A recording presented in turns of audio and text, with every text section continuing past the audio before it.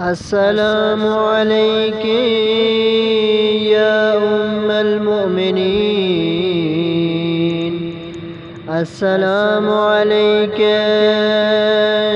يا زوجة سيد المرسلين.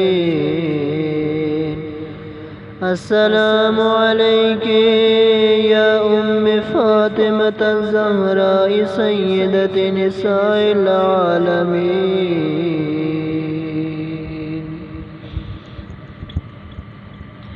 السلام عليك يا أول المؤمنات. السلام عليك يا من أنفقت مالها من نصرة سيد الأنبياء ونصرته ما استطاعت ودفعت عنه. السلام عليك يا من سلم عليها جبرائيل